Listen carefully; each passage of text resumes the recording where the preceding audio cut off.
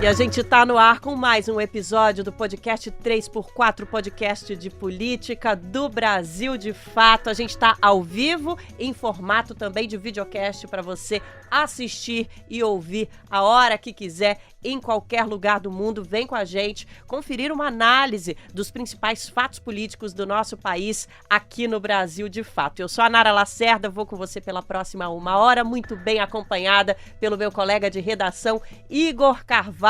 Vamos para mais um episódio. Bora, Nara Lacerda! Começando mais uma semana.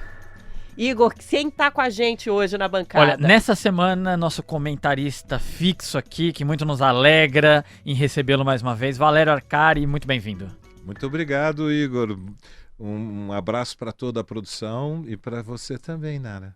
É isso, vamos juntos então, muito bem acompanhados. É muito bom ter o professor aqui ao nosso lado, e você que está aí do outro lado já sabe, pode acompanhar o podcast 3x4 das redes sociais, no Instagram, no Facebook, no X, e a gente também está nas principais plataformas de streaming, YouTube Music, Deezer, Spotify. Você pode ouvir a hora que quiser, mandar sua mensagem, fazer o seu contato.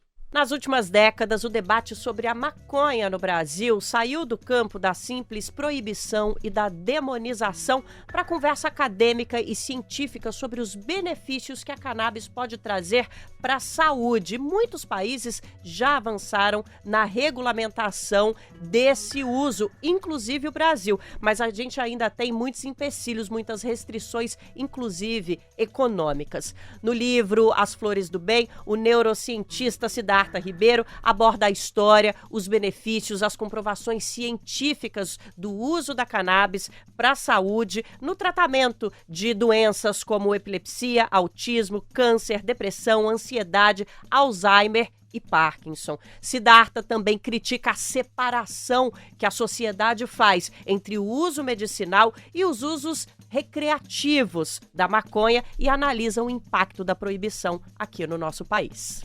Portanto, com o objetivo de desmistificar preconceitos e promover um debate informado sobre a cannabis medicinal, conversamos com o próprio Siddhartha Ribeiro, a quem aqui estendo meu abraço. Um prazer enorme recebê-lo, Siddhartha. É uma honra, uma satisfação. Seja muito bem-vindo ao 3x4. Obrigado, Igor, Nara. É um prazer estar aqui com vocês para conversar com o Valério. Legal. Siddhartha, para começar o debate, assim, bem na gênese do debate, queria que você explicasse para a nossa audiência as diferenças entre na cannabis, o que é utilizado para fins recreativos e medicinais. Como se distingue? Hoje existe um discurso que diz que uma parte das moléculas da maconha é medicinal e as outras moléculas não seriam. E isso não é verdade. Na verdade, as centenas de moléculas que são contidas na maconha, seja nas flores, nas folhas ou mesmo na raiz, tem uma série de aplicações terapêuticas e que podem sim, são muito utilizadas para recreação. Então, hoje o Brasil vive uma situação curiosa, que é cerca de 3 quartos da população são a favor do uso medicinal da maconha. Então, por exemplo, a pessoa poderia usar maconha para lidar com uma certa dor, mas a mesma quantidade de pessoas, em torno de 3 quartos, acredita que não é legítimo, não deveria ser legal utilizar a maconha, por exemplo, para ouvir música. Então é um contrassenso, né? Para você lidar com uma dor pode, mas para você ouvir Maria Bethânia não pode. Pois é, e a gente fica sempre tentando entender melhor esse debate, quais são os aspectos sociais, políticos e morais. Queria conversar um pouquinho com você sobre esse tema, Arcari. Existe a questão da guerra às drogas, muito evidente no Brasil. A proibição da cannabis, você acha que impacta a sociedade e reforça esse discurso da guerra às drogas? Quem é mais prejudicado por esse tipo de política e por esse tipo de ação da nossa sociedade? A imensa maioria da população brasileira é prejudicada, embora não tenha plena consciência. Ou seja, em primeiro lugar, nós temos uma tragédia humanitária, que é o fato de que o Brasil é um dos 5 países do mundo que mais prende o seu próprio povo. Nós já temos uma população carcerária que superou os 750 mil pessoas. Isso decorre do fato de que a criminalização do uso de psicoativos, em primeiro lugar, da maconha, ou seja, a demonização do comércio de uma substância que é consumida por milhões e milhões de pessoas para diminuir a sua dor, porque estão, e é fácil compreender por quê, em sofrimento psíquico intenso. E o outro lado desta tragédia social é a perseguição da juventude negra, e que é manipulada por organizações criminosas que têm o monopólio de um produto proibido. Então esta ilegalização, ela é legitimada pelo discurso da guerra às drogas, mas é um arcaísmo, é uma anomalia. Estamos muito atrasados. E, infelizmente, mesmo o uso estritamente terapêutico é dificultado numa escala, porque é difícil, porque é caro, porque é inacessível, porque não se respeita a produção nacional. Então, tudo isto é uma verdadeira tragédia que já passou o tempo histórico, tem que acabar. Siddhartha, aproveitando esse gancho que o Arcari nos deixou sobre um componente racista e de controle social na criminalização do uso da maconha, mesmo na área da pesquisa acadêmica, o uso da cannabis, eu queria te escutar um pouquinho sobre esse histórico de criminalização da cannabis. A partir de quando ele se dá? Como que se constrói esse rito da cannabis como uma oferta da natureza, uma planta à disposição na natureza para uma planta proibida? Igor, a pergunta é boa e tem a ver com aquilo que o Arcari chamou de arcaísmo. Então, a gente hoje tem uma proibição global de certas substâncias que tem a sua origem há quase 100 anos atrás. Entre os anos 20 e os anos 30, se criou um ambiente internacional, especialmente a partir dos Estados Unidos, para criminalização dessas drogas, para demonização dessas drogas, que tem como contrapartida a glorificação de outras drogas. Então, as drogas que são vendidas nas farmácias, as drogas que são vendidas nos bares, elas são glorificadas nessa sociedade. E as pessoas podem ter uso problemático delas sem serem mal vistas na sociedade, porque são substâncias consideradas ok. Né? E as outras substâncias demonizadas, basta a associação a elas para que a pessoa fique estigmatizada. E é muito evidente, estudando a história da proibição da maconha, que as principais razões foram razões políticas racializadas. Foram razões que, seja nos Estados Unidos, contra negros e mexicanos, seja no Brasil, contra a população afrodescendente e mesmo indígena, houve uma estigmatização social a partir de certas práticas, né, que no caso do Brasil, junto da prática do consumo da maconha, do pito de pango, né, que a primeira vez que foi criminalizado já foi em 1830, mas foi realmente criminalizado a partir da iniciativa global dos Estados Unidos, você vai ver que são hábitos que estão associados à capoeira, ao candomblé, ao samba, várias práticas afro-indígenas que foram criminalizadas na mesma época. Até hoje, a guerra às drogas, ela não é de fato uma guerra contra substâncias, mas guerra contra pessoas que usam substâncias. Então, uma guerra contra certos tipos de pessoas, né? E a gente sabe muito bem, basta ter olhos para ver, para compreender que no Brasil a guerra às drogas é uma ferramenta estatal de matar gente pobre, preta, periférica, né? Uma pessoa de classe média branca encontrada com quilos de maconha, ela dificilmente vai ter qualquer tipo de problema, vai ser considerado um usuário. Enquanto que uma pessoa, até recentemente, até a definição de um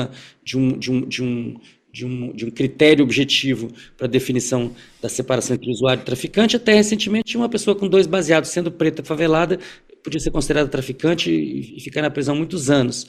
E isso aí na prática acontece todo dia. Na prática acontece, inclusive, coisa pior, pena de morte, tortura, a gente sabe disso, né? Então a guerra às drogas é um instrumento ideológico para que a polícia, para que as forças de violência do Estado possam matar gente pobre. Isso é assim no mundo inteiro. E também é uma ferramenta geopolítica, porque permite a intervenção de países dominantes sobre países dominados com base nesse argumento. E Siddhartha, voltando para a questão do uso medicinal, no livro Flores do Bem, você faz uma comparação que eu considerei impressionante, assim. Você compara o uso, né, a cannabis medicinal, a revolução semelhante à dos antibióticos. E eu queria que você explicasse um pouquinho essa comparação, no sentido de quais são os principais paralelos que a gente faz com essa revolução para a saúde pública, para a saúde em geral, que os antibióticos trouxeram e com a revolução possível que a cannabis pode trazer para a gente. Essa comparação, eu apresento ela no livro, mas ela nem é da minha... Não fui eu que imaginei isso pela primeira vez, isso foi proposto já há bastante tempo pelo Lester Greenspoon e outras pessoas. Eu trouxe essa discussão para o Brasil porque acho que a gente precisa, sobretudo no campo da esquerda, tornar as ideias mais bem fundamentadas, para a gente não cair na esparrela, às vezes de se alinhar com uma posição conservadora por falta de conhecimento. O que aconteceu entre os anos 20 e os anos 40 do século 20 em relação aos antibióticos? Uma classe de substâncias, né, na verdade várias classes, depois se descobriu, com ampla indicação, com aplicação para muitos micro-organismos diferentes. Essas substâncias surgiram, se tornaram disponíveis pela indústria e se tornaram rapidamente aplicadas em grande escala. Por quê? Porque eram muito baratas. Então é uma combinação de muita utilidade, múltiplas indicações, com um custo de produção muito baixo. Isso revolucionou a relação do ser humano com muitas doenças diferentes, reduziu drasticamente a mortalidade infantil no planeta, junto com o melhor saneamento, né? E, claro, gerou também outros problemas, porque o antibiótico mal utilizado gera problemas, né? Como tudo pode ser mal utilizado também. Mas foi uma revolução importante por causa do baixo custo e das múltiplas indicações. Essa é exatamente a situação da cannabis. A cannabis tem baixíssimo custo de produção, qualquer pessoa pode plantar em casa e obter um óleo de ótima qualidade. Não é difícil fazer um óleo de ótima qualidade em casa, mais difícil fazer uma muqueca bem feita do que fazer um óleo de cannabis com extração caseira. De fato, com certeza. Né? E é uma coisa que é da nossa história, é da nossa ancestralidade. A maconha foi talvez a primeira planta a ser cultivada há 12 mil anos atrás. Então, é uma dádiva da natureza que foi muito melhorada pelos nossos ancestrais. Então, ela é barata, muito barata, cresce fácil, adora sol e água. Mas, ao mesmo tempo, ela tem múltiplas indicações, ela tem muitas propriedades anti-inflamatórias, que diminuem a percepção da dor, que desincronizam neurônios e impedem oscilações aberrantes. Então, por muitas razões que são bioquímicas, a maconha tem múltiplas indicações. Não é uma panaceia, não serve para qualquer tipo de doença, nem para qualquer tipo de doente, mas serve para muitas pessoas com muitas condições diferentes. Ou seja, um remédio muito bom e muito barato para muitas coisas. É claro que a indústria está em pânico. É claro que a indústria não quer que as pessoas plantem em casa, ou muito menos que o SUS permita esse funcionamento via farmácias vivas, via fitoterapia de baixo custo. O que querem é que o SUS compre remédio importado bem caro. Essa é a proposta dos conservadores para esse mercado. Agora, a Kari, nessa esteira, e o Siddhartha já nos deixou alguns caminhos, o álcool, o tabaco foram legalizados, estão aí, vai ao supermercado, vai a um posto de gasolina, qualquer birosca de esquina você encontra com facilidade. Por que você acha que a maconha se tornou esse símbolo de defesa da moralidade no Brasil? Na verdade, lembremos que com a lei seca nos anos 20, em determinado momento no pós-guerra, pós-Primeira Guerra Mundial, existia uma onda mundial reacionária contra o consumo de todas as substâncias que produziam estado alterado de consciência. Então nós podemos dizer que há um fenômeno que atravessa a história, que é ação, transformação e reação. O século XX ele se inaugura com uma promessa de progresso, de prosperidade, que passava também pela expectativa e esperança de que a universalização, na época, do acesso à escola primária ia permitir uma geração mais educada, mais racional, menos dominada pelos fantasmas dos séculos, o obscurantismo, a obtusidade dos séculos anteriores. Então, esta tendência à urbanização, a passagem do mundo agrário para o mundo mais urbano, com mais instrução, isto dividiu as classes dominantes, o setor das classes dominantes. Ela reagiu furiosamente, não somente contra a ascensão do movimento operário, sindical e popular e a esquerda, e as ideias socialistas, os primeiros partidos que tinham representação em parlamentos, nas sociedades europeias, mas inclusive contra o liberalismo. A classe dominante se dividiu a um setor muito reacionário que defendeu que a mente humana tinha que continuar aprisionada aos limites do que era o domínio das grandes instituições religiosas e os profissionais do atendimento à dor psíquica, que eram os pastores, eram os padres. Sim. Então nós temos uma reação, em primeiro lugar, dos setores mais obtusos, reacionários, arcaicos. É uma anomalia, repito, do ponto de vista do desenvolvimento histórico, todas as obstruções que se fizeram, esta luta para que o espírito humano tenha uma experiência mais plena da vivência, que significa emancipar-se da dor. Evidentemente, assim como numa escala limitada, o consumo do álcool, ou o consumo do tabaco, ou o consumo de psicoativos alivia a dor e permite uma vida melhor.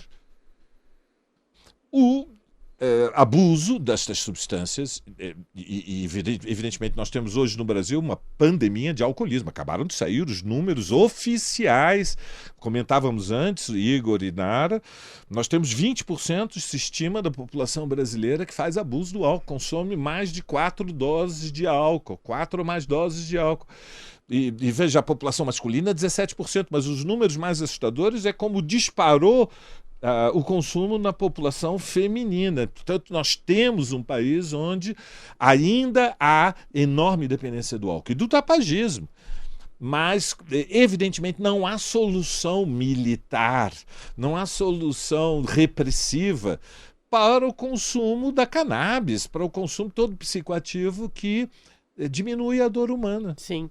E eu queria muito aproveitar o fato de que o Arcari trouxe para a gente essa questão do moralismo imposto em relação à cannabis, para conversar um pouquinho com o nosso querido Siddhartha sobre os empecilhos que esse moralismo causou para a pesquisa no Brasil. No livro você trata disso, Siddhartha, desses obstáculos que a proibição trouxe para que pesquisadores e pesquisadoras conseguissem entender melhor quais são os possíveis benefícios da cannabis para a nossa saúde. Isso ainda permanece e que tipo de prejuízo isso trouxe e traz para a nossa sociedade?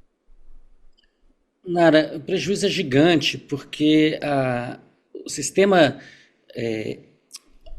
nós possuímos, todas nós possuímos dentro do nosso corpo um sistema endocannabinoide. Então a gente produz moléculas semelhantes às moléculas da maconha. E a gente utiliza isso para fazer tudo, para formar memórias, para ter apetite, para dormir. Nosso corpo precisa disso. Isso não se sabia há 25 anos atrás. É uma grande revolução na biologia. E essa é uma revolução que vem gerando muita pesquisa de ponta nos Estados Unidos, na Europa, em Israel. E o Brasil poderia estar ocupando essa fronteira, porque o Brasil teve um imenso pioneiro nessa pesquisa, que foi o professor Elisaldo Carlini, da Unifesp, antiga Escola Paulista de Medicina. O professor Carlini publicou, já no início dos anos 70, a primeira demonstração de que o canabidiol, molécula extraída da maconha, tem efeitos antiepilépticos em ratos. Depois, em 1980, ainda governo militar, as duas publicações em plena ditadura militar, ele mostrou isso em humanos. Então, por que o Brasil não é um líder mundial em fármacos à base de cannabis? Porque essa pesquisa sempre foi dificultada, clandestina, restrita a condições muito específicas, muitas vezes dependendo da desobediência civil de cientistas.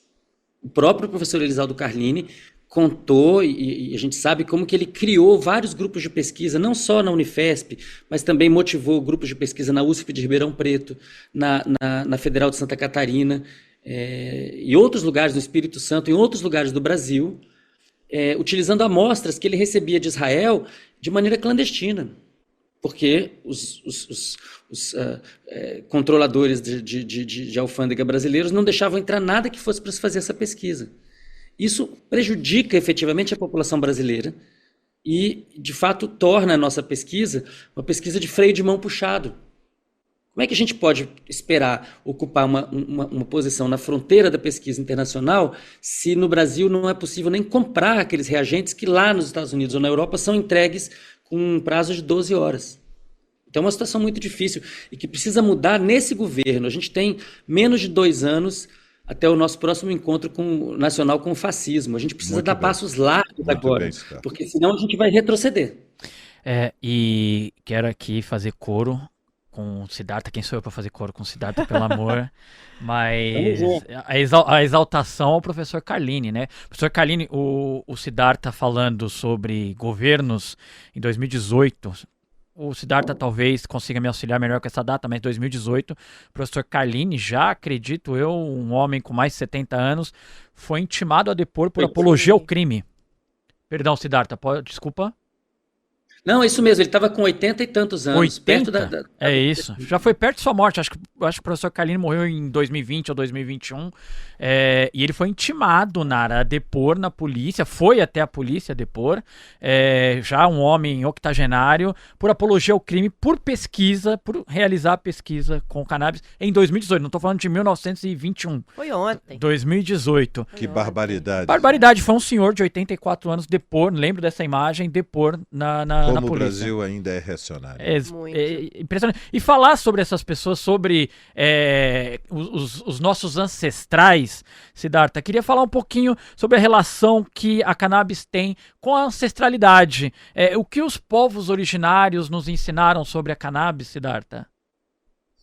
A cannabis ela tem a sua origem na China, ela começa a ser cultivada na China há cerca de 12 mil anos, depois ela vai se espalhando para a Índia. A Índia é um país que tem grande importância na produção de variedades terapêuticas, variedades ricas em resinas terapêuticas. E da China e da Índia se espalha pelo mundo, né? Vai pela Pérsia, pega o Oriente Médio, a África, e chega à América, tanto pelos africanos da diáspora, escravizados na diáspora, na sua forma terapêutica e também o uso fumado, e chega na forma de cânhamo para a produção de têxteis, de fibras, pelas mãos dos portugueses, dos espanhóis, dos colonizadores. A maconha que a gente tem hoje, as muitas variedades de maconha, que tem múltiplos usos diferentes, são uma herança da complexa ancestralidade da maconha, ou seja, de muitas gerações de pessoas fazendo seleção de plantas com certas características. O que aconteceu com tudo aquilo que a gente come, que está disponível no supermercado, aconteceu com a maconha. Ela foi domesticada e muitas variedades foram construídas. Então, quando a gente torna essa planta ilegal, a gente está desrespeitando as pessoas que estão vivas hoje, porque poderiam se beneficiar dessa planta, e está desrespeitando todas as gerações anteriores que cuidaram para que essa planta existisse com toda essa variedade. É uma grande burrice, né? Existe, claro, um interesse da indústria de dizer para as pessoas que a maconha é uma planta perigosa, que precisa estar num espaço isolado, com 3 portas de segurança, com código QR individualizando cada planta. Por quê? Porque isso torna o cultivo da maconha muito caro, proibitivo para tudo que não seja uma grande empresa. E a gente tem que estar de olho nisso, porque está tramitando no Congresso o PL 399, que legaliza e regulamenta o plantio de maconha para a produção de fármaco no Brasil, tanto para as empresas quanto para as associações de pacientes, que são, de fato, a força revolucionária desse processo, que moveu o processo adiante. Só que o que querem fazer no Congresso é criar tanta dificuldade para plantar maconha que ninguém, exceto uma grande farmacêutica, tem todo aquele dinheiro, toda aquela sofisticação, aquele know-how. Qual que é a solução para isso? Convênios entre as universidades, os institutos de pesquisa, com as associações de pacientes e mais, com indivíduos, porque as pessoas têm direito de plantar em casa e fazer seu próprio remédio. Sem dúvida. Arcário, eu queria aproveitar essa questão política que o Siddhartha começa a trazer para a gente, para conversar contigo sobre um outro aspecto. A nossa esquerda não defende de maneira incisiva essa pauta como gostaríamos que defendesse, e por outro lado temos entes na direita brasileira que não tem essa pauta como um tabu tão grande assim. E isso está aí nas redes, na internet, para qualquer um que buscar. Essa não é uma pauta que nos divide da maneira que a gente está acostumado e não é uma pauta que o campo progressista defende da forma como seria necessária. Remédio no SUS para todo mundo, medicina popular, as farmácias nos quintais das pessoas, né, nas comunidades tradicionais. Eu queria conversar um pouco contigo sobre por que essa pauta é tão diferente, exótica assim, nessa divisão das ideologias esquerda e direita no Brasil. E te provocar também, a gente deveria estar um pouquinho mais forte na defesa dessa pauta tão importante para a saúde pública brasileira? Sim. Nós temos um atraso histórico na esquerda brasileira que remete a todo um processo muito difícil, que essencialmente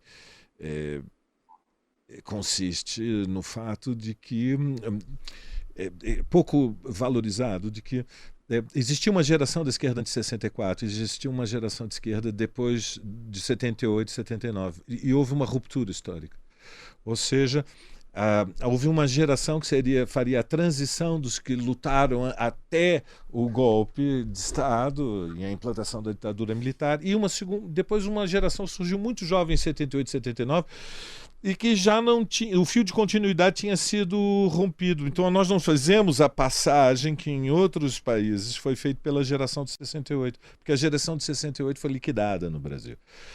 Então, há um elemento de uma cicatriz demográfica que é política, programática, ideológica. A esquerda antes de 64, ela era mais conservadora em tudo que remete às liberdades individuais, à luta pela igualdade de gênero, a luta contra a discriminação racial, a luta pela defesa dos direitos dos povos originários, a luta ambiental.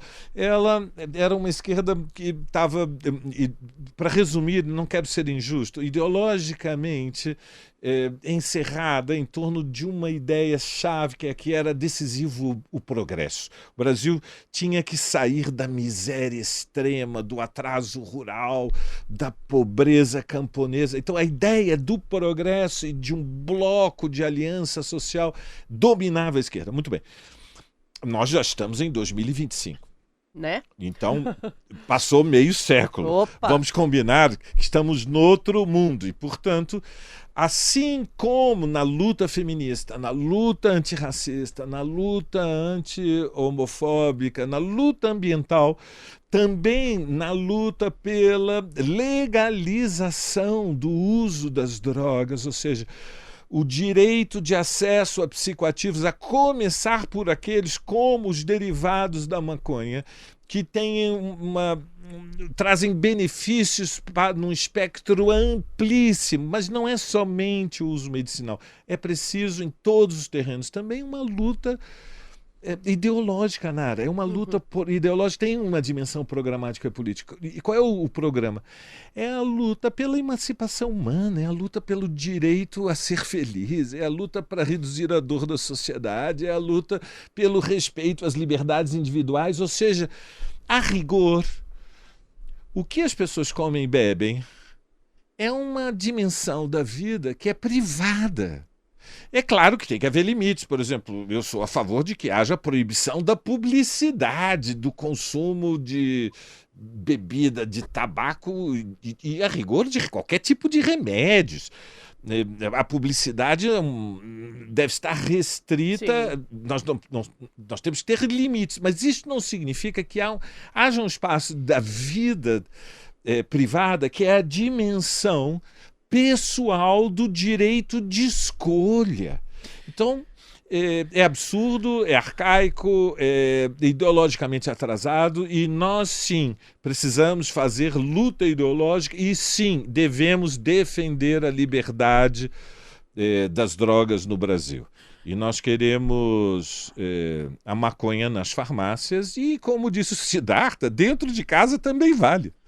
Eu acho que nós perdemos em algum momento uma janela importante. Eu falava, a gente conversava, Carla Zambelli, que é quase ex-deputada federal, ela defende publicamente o uso do canabidiol e as pesquisas com cannabis. O Siddhartha pode, por favor, me corrigir se eu estiver errado, mas há um defensor ainda próximo, na antessala de Jair Bolsonaro, que é o general Vilas Boas, que sofre de esclerose lateral amiotrófica, e ele é um defensor do canabidiol. Então me parece que perdemos alguma janela aí, e aí se há uma parte da direita, Siddhartha, que apoia a pesquisa com cannabis,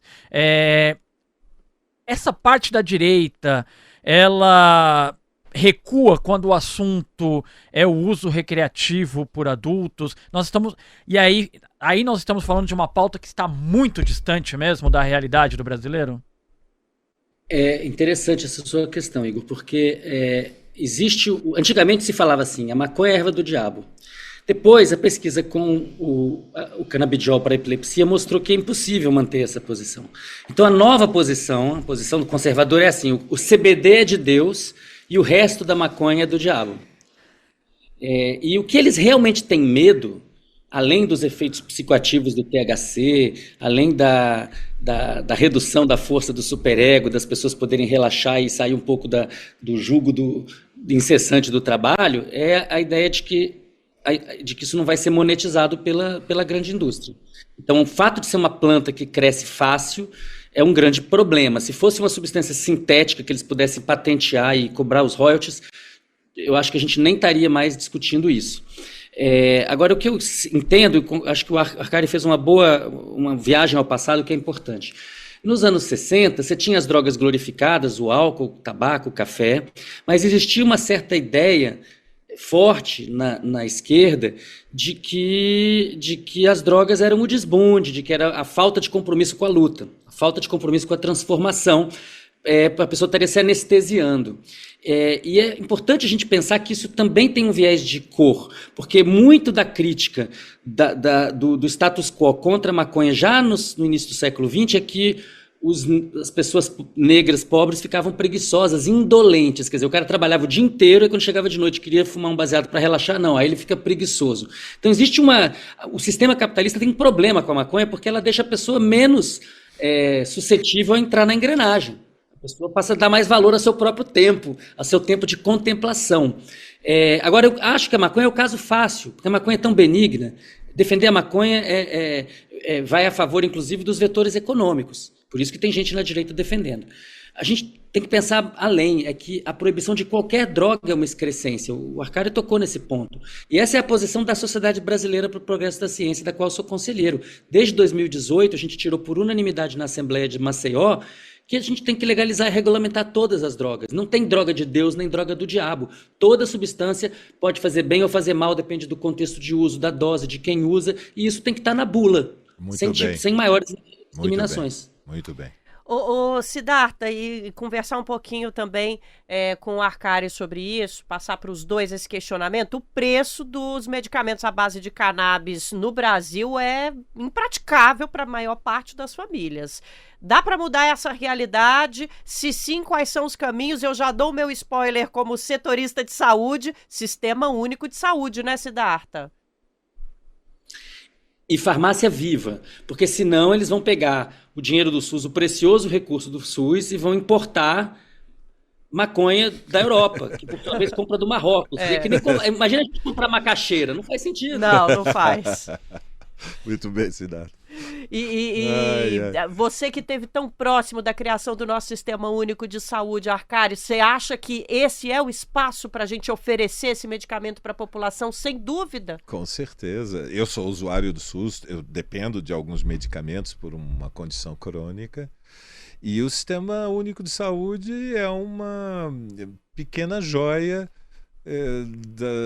que é resultado de uma intensa luta de classes dos anos 80, que os anos 80 foi a década mágica, quase tudo que nós temos de conquistas surgiram nos anos 80. Eu sei que os jovens morrem de inveja, ficam até zangados quando digo isso, mas vocês perderam, meus queridos. Foi a década legal do Brasil, foi os anos 80. Foi muito legal. E a verdade é que o SUS ainda está aí. Ele sofreu muito, evidentemente, durante todo o intervalo que vem depois do golpe do impeachment, mas a universalização do acesso a todo tipo de medicação, ela é muito favorecida pela existência do SUS, e os fitoterápicos, em grande medida a maconha pode ser incorporada, os derivados da maconha, né? Os óleos, enfim, podem ser incorporados ao SUS, mas também há uma outra dimensão, que é o uso recreativo. Eu quero retomar e frisar, eu creio que o Siddhartha, com mais eloquência do que eu, entrou com muita coragem no tema. Há um espaço da vida que é a dimensão privada da existência. Nem tudo é política. Eu sei que a gente na esquerda tende a dizer tudo é política, tudo bem, mas é uma questão de grau. Quando nós dizemos tudo é política, é que existe um espaço da vida social onde os nossos destinos individuais são indivisíveis dos destinos coletivos. Ok, é verdade. Mas há uma dimensão da liberdade humana. E ser de esquerda, ser socialista, ser anticapitalista, aderir a uma visão crítica da ordem do capitalismo, também significa que nós lutamos para uma sociedade em que haja mais liberdades, não menos liberdades do que aquelas que existem no capitalismo. E, portanto, o uso recreativo é legítimo e, portanto, vender na farmácia é legal, muito legal, mas não precisa ser só nas farmácias.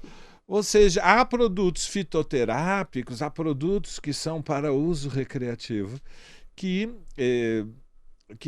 devem ter facilitado seu acesso e, evidentemente, há um problema que é a tendência do capitalismo transformar tudo em mercadoria e a tendência à concentração de capital, investimento e depois ao monopólio.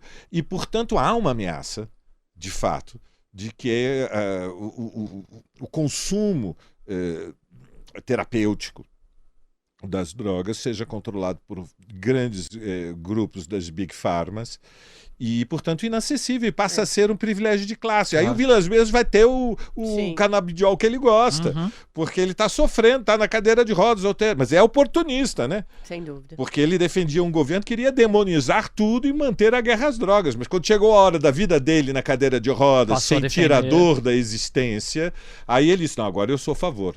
Menos, né? Siddhartha, caminhando aqui para o nosso final, queria uma consideração tua. Eu sei que, enfim, é um campo que vocês atuam desde a década de 60, 70, então é muito difícil, tão de dentro, olhar para uma perspectiva de futuro. Mas eu queria saber, quando você olha a pesquisa no Brasil, quando você olha o avanço que vocês têm conseguido dentro da academia brasileira, que futuro você imagina para o nosso país dentro dessa área da pesquisa com cannabis? Igor, o Brasil é um país que tem, o Arcari falou do SUS como uma das nossas joias, né? O nosso Sistema Nacional de Ciência, Tecnologia e Inovação, que compreende, né, o CNPq, a CAPES, a FINEP, o FNDCT, que compreende as universidades, que compreende os institutos federais. A gente tem, na verdade, imensas joias, né? A Embrapa, a Fiocruz, inclusive convênio agora da Embrapa com a Fiocruz. A gente está muito bem posicionado, o Brasil está cheio de excelentes pesquisadoras e pesquisadores de formação biomédica. Realmente um monte de gente bem formada. Foram muitos anos de CAPES funcionando direito. E mesmo com toda a devastação que o Temer e depois o Bolsonaro infligiram à ciência brasileira, ela continua bem posicionada, as pessoas continuam sendo bem formadas, tem um monte de laboratório bem montado no país inteiro. Então existe uma questão de decisão estratégica.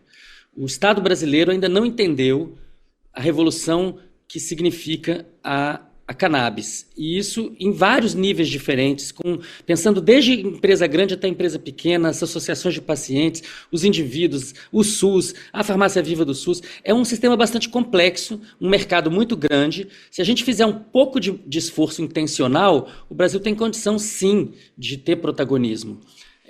Nesse momento, a gente está mais atrasado do que Estados Unidos, Canadá, México, Argentina, Chile, Colômbia, boa parte da Europa e Israel.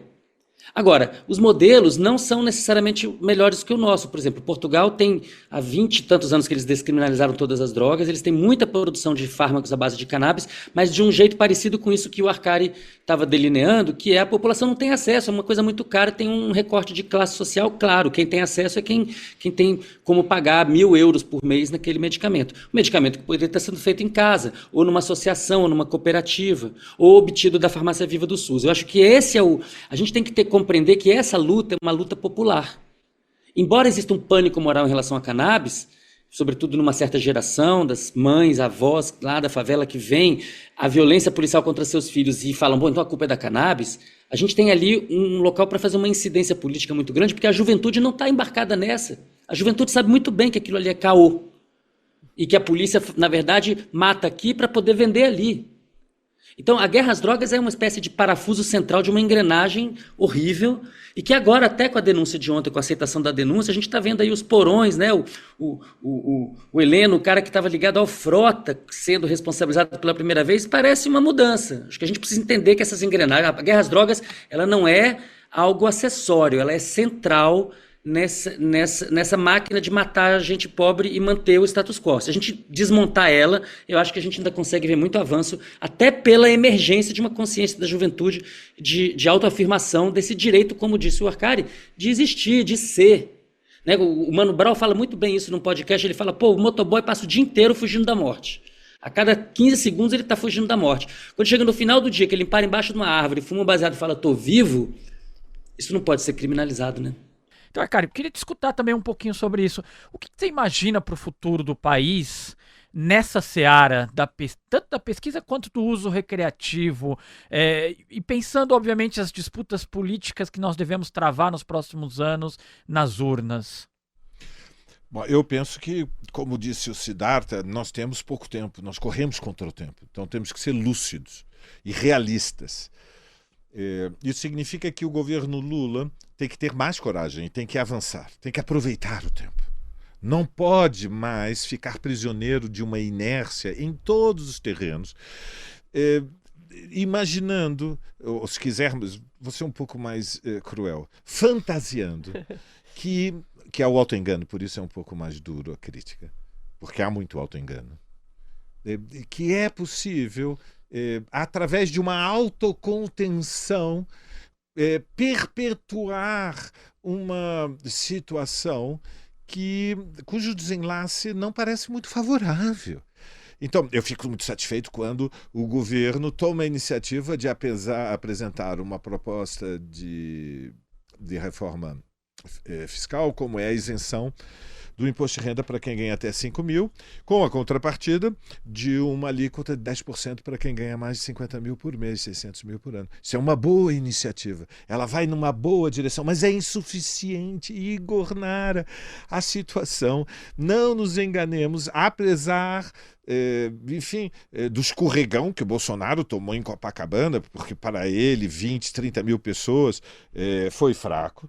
Ele não desistiu, ele ontem falou 50 minutos depois da decisão da primeira turma e evidentemente a extrema-direita é consciente de que ele tem um plano que é apresentar a sua pré-candidatura, ainda que seja condenado e eventualmente venha a ser preso, que já é algo que está num terreno mais nebuloso quando nós pensamos a passagem do 25 para o 26, mas ele vai fazer campanha e só na última hora vai fazer a transferência e eles têm a carta do Tarcísio que está engatilhada. Então, nós temos pouco tempo. Então, neste terreno, Lula tem que tomar a iniciativa. Ou seja, nós não podemos ficar dependentes. Agora vou usar a expressão do lesta lenga-lenga, que é o processo via Anvisa. Nós precisamos de uma luta política que passa pelo Congresso Nacional, não passa por uma agência, mas não política. É uma agência regulatória que vai fazer vai reduzir um problema que é evidentemente político-social, um problema técnico. Nós temos uma fratura no país. Não é qualquer país o Brasil. Mais de 700 mil encarcerados, a grande maioria negros, ou seja, não é que somente demonizaram, criminalizaram o comércio da maconha no Brasil. É uma loucura, são dezenas de milhões de pessoas consumindo, é um absurdo, é grotesco, é monstruoso. É indivisível a guerra das drogas e a demanda da sociedade, em particular das gerações mais jovens, para aliviar o sofrimento psíquico. Por quê? Porque quem é que pode estar saudável, mentalmente saudável, no mundo que nós vivemos, do jeito que está esta realidade? Então, sejamos lúcidos, a esquerda tem que cumprir um papel de vanguarda. E nós temos que entrar na luta ideológica. Assim como temos que entrar na luta ideológica de que interromper uma gravidez indesejada, ou seja, os direitos reprodutivos da mulher, não é um tema que é monopólio das igrejas. As igrejas têm todo o direito de existir e as preferências religiosas das pessoas fazem parte daquilo que creio que nós todos consensuamos que é o espaço da vida privada. É o espaço da vida privada. Então, as igrejas podem defender que as mulheres não têm que ter controle de seus direitos reprodutivos para os seus membros, mas não para toda a sociedade. Eu não quero que o Papa decida qual é o destino da sociedade brasileira. E eu gosto muito do Francisco, espero que torço por ele todos os dias. Então, em relação à cannabis e, a rigor, em relação a todas as drogas, mas vamos começar por onde é possível começar. A responsabilidade do governo Lula é intransferível. Nós não podemos entrar na 4ª década do século XXI como sendo um dos países onde a guerra das drogas se transformou num instrumento de pânico moral que demoniza e que produz uma fratura entre gerações, amargura a sociedade. Já passou o tempo histórico, Igor, Nara, não há muito tempo e nós temos que aproveitar os próximos 2 anos. Ninguém sabe o que vai acontecer depois de 2026. Avançar nesse terreno. Sem dúvida. Obrigada demais, viu, por essa fala. A gente tem, Siddhartha, um minutinho. Queria pedir para você trazer a sua dica cultural rapidamente, que eu sei que você está com o tempo apertado hoje, mas sei que você tem uma ótima recomendação. Já que a gente está falando de fitoterapia, né, de cannabis como um fitoterápico importante, eu quero sugerir a Cartilha de Mesinhagem, da Raimunda Gomes da Silva, editora N-1, que é uma escritora ribeirinha que permite que a gente entre nas questões da ocupação irresponsável da Amazônia pelas grandes hidrelétricas, né, o ataque à população ribeirinha, mas pelo lado da terapêutica da farmacopeia indígena. Perfeito, obrigada demais pela participação. A gente ouviu Siddhartha Ribeiro, neurocientista e autor do livro As Flores do Bem. Valério Arcari, a gente falou muito sobre comunidades tradicionais aqui nessa edição e eu sei que a sua dica cultural tem relação com essa temática. O que é que você trouxe de recomendação pra gente hoje? Como é que você sabe? Agora eu fiquei curioso. Isto pode ser eu tenho reflexos um pouco paranoicos, porque eu durante muito tempo fui detido muitas vezes. Não. Agora eu fiquei curioso. A minha produtora me passou que você ia falar do torto arado pra gente hoje. E aí eu já tava sabendo. A produtora, linguaruda. Depois você briga com a Ruiva lá, é o passarinho vermelho que a gente tem aqui no nosso danadinha. Mas vamos lá. Muito bem.